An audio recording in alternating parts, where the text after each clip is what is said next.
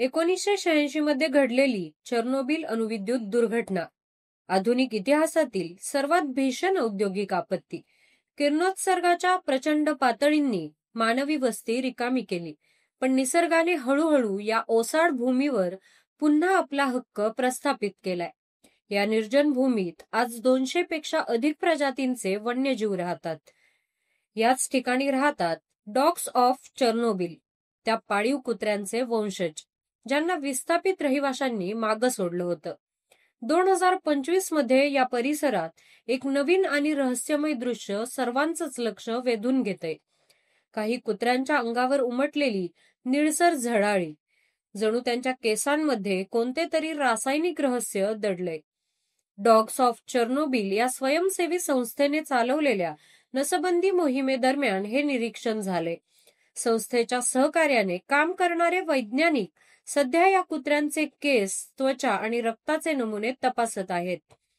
प्राथमिक संशोधनात सूचित होते की या कुत्र्यांचा संपर्क कॉपर सल्फेट, कोबाल्ट किंवा इतर औद्योगिक रसायनांशी झाला असावा, जे जुनी कारखाने आणि उपकरणांच्या अवशेषांमधून परिसरात झिरपत आहेत. 2024 मध्ये कोलंबिया विद्यापीठाच्या अभ्यासाने आधीच दाखवून दिलंय की चेर्नोबिल मधील कुत्र्यांच्या जीनमध्ये अनोखे बदल झाले आहेत.